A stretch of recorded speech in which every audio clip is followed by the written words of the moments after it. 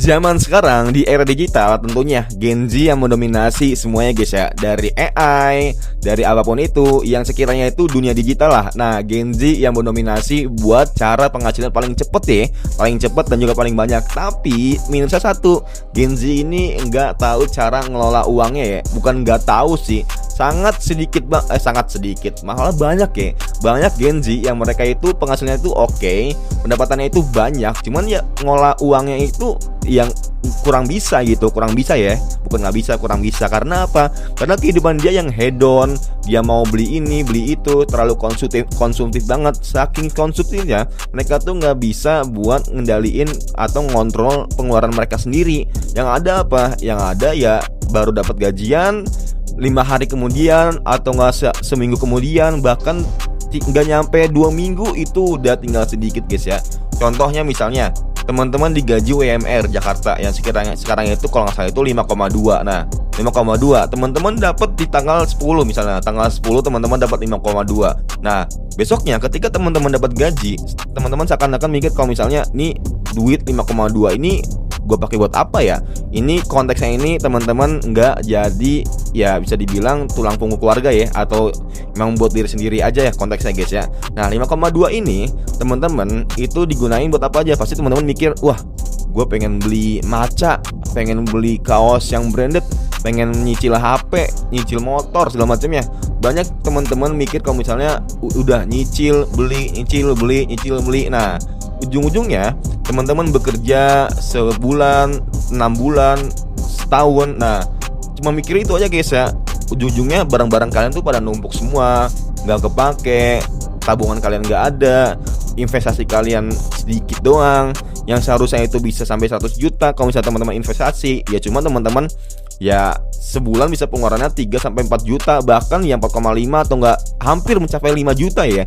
Bahkan ada juga yang mereka tuh over limit gitu. Ujung-ujungnya apa? Minjem, pinjol, dan lain-lain. Bulan depannya harus apa? Backup, bayar juga.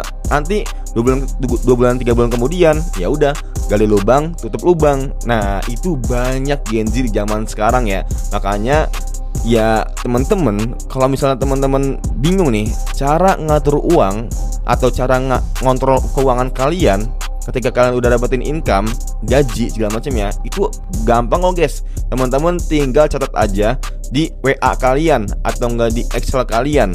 Nah, kalau misalnya teman-teman males buka Excel, tapi teman-teman tidak mungkin punya notes di WA kalian. Contohnya misalnya teman-teman di sini punya WA kan, punya WA, ada WA pribadi atau nggak WA bisnis. Nah, teman-teman di WA bisnisnya ini bisa dibilang berkoneksi aja lah, bersambungan sama WA yang pribadi. Jadi ya bisa dibilang kalian tuh ngecat itu WA bisnis, dan WA bisnis kalian sama WA pribadi kalian ceritanya tentang ini keuangan kalian.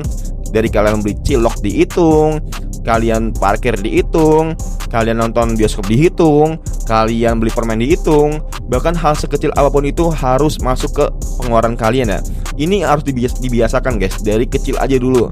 Karena apa? Karena nanti ketika kalian udah berumah tangga, kalian udah menjadi seorang ayah, menjadi seorang ibu, tentunya pencatatan pengeluaran ini sangat penting banget buat kalian, apalagi yang kalian masih kerja di company atau di korporat. Tentunya ya itu nggak nutup kemungkinan buat teman-teman ya emang harus dipaksa. Tapi sebelum teman-teman dipaksa karena keadaan, teman-teman bisa belajar dari sekarang. Biar ketika teman-teman udah berumah tangga atau nggak teman-teman masih beradaptasi dari dunia ya finansial, teman-teman udah kebiasaan untuk ngatur uang kalian. Jadi kalian tuh nggak terkuras gitu, nggak terkuras abis, nggak kaget kalau misalnya teman-teman dikasih 100 juta blok nih buat kamu nih 100 juta nih. Nah bakal beda guys. Orang yang bisa ngatur finansial dikasih 100 juta langsung itu bakal beda.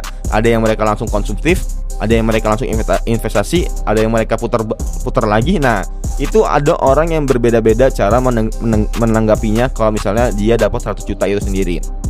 Jadi buat teman-teman di sini, kalau misalnya udah penghasilan itu udah 10 juta, 20 juta, 30 juta per bulan, ya mungkin bukan sekarang ya, tapi nanti 2 tahun lagi, 3 tahun lagi. Sebisa mungkin dari sekarang teman-teman persiapan menuju 10 juta per bulan itu harus bisa ya ngatur keuangan kalian di WA atau nggak di Excel ya. Nggak apa kok guys, Walaupun teman-teman gajinya masih 1 juta per bulan, 2 juta per bulan, itu nggak apa-apa banget kalau misalnya teman-teman dicatat keuangan kalian, pengeluaran kalian. Karena apa? Itu biar jadi kebiasaan kalian, kebiasaan yang baik. Karena bahasanya banyak orang di zaman sekarang tuh, mereka tuh ya tahu sendiri yang tadi aku udah bilang di awal, mereka tuh banyak dapat gajinya tapi nggak kerasa gitu, gajinya itu nggak kerasa banget. Karena ya dipakai buat beli ini, beli itu, beli ini, beli itu, buat makanan, buat maca, buat nongkrong, nggak kerasa cuy. Karena apalagi lu hidup di zaman sekarang ya, era digital, apa-apa mahal. Apalagi lu anak Jakarta kan, kemana-mana beli sarapan, beli apapun itu pasti kerasa banget kalau misalnya ya uang lu pas-pasan aja gitu. Makanya kenapa ada standar UMR. UMR tuh standar kehidupan guys ya. Makanya beda ya antara UMR Jakarta, UMR Jogja, UMR Jambi, UMR Riau, itu berbeda semuanya. Karena ya harga-harganya itu murah. Kalau di Jawa itu 10.000 itu bisa sarapan pagi. Nah di Jakarta itu lo 10.000 itu nggak cukup. Mungkin cukup buat nasi kuning aja, tapi kan itu sedikit banget. Nah tapi standarnya di Jakarta itu kalau misalnya mau sarapan ya 20.000 lah. Iya buat makan ya, sarapan 20.000, makan siang 20.000, makan malam 20.000. Jadi sehari itu 60.000 lu makan. Nah itu standar banget di Jakarta. Ini standar yang menengah pas ya, menengah pas. Nah kalau misalnya lu menengah ke atasnya udah 50.000 hitungannya bukan per hari sih, per makan ya. Karena 50.000 ini bisa dibilang mereka tuh makannya di nasi padang, makan-makan di resto segala macamnya. Yang sekali makan tuh bisa 40.000-an, 50.000-an. Dan ini ya mungkin ada beberapa orang yang ngelakuin kayak gitu guys ya. Jadi ya per bulan mereka tuh buat makan aja pengeluarannya itu bisa sampai 4,5 atau 4.500.000. Dan itu tergantung dari masing-masing orang.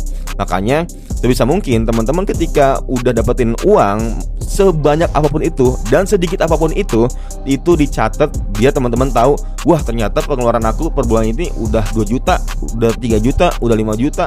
Aku harus stop buat ngebelanja sesuatu. Nanti kalau misalnya mau belanja lagi di bulan depan atau enggak 2 bulan kemudian lagi. Nah jadi biar apa? Biar teman-teman tahu kalau misalnya ya tahu kesadarannya kalau misalnya kalian tuh pengeluarannya itu udah banyak gitu, udah terlalu maksimal banget, udah terlalu over. Yang ada ya udah teman-teman nanti bakal kebiasaan, nanti dari hal sekecil itu aja teman-teman udah bakal sadar loh. Nah makanya bisa mungkin teman-teman kalau misalnya di sini masih jadi mahasiswa, masih menjadi apapun itulah, intinya belajar untuk mengolah uang kalian biar kalian itu bisa menjadi orang yang sukses di kemudian hari guys ya. Mungkin itu aja guys ya, semoga bermanfaat and see you next time. Bye Dame.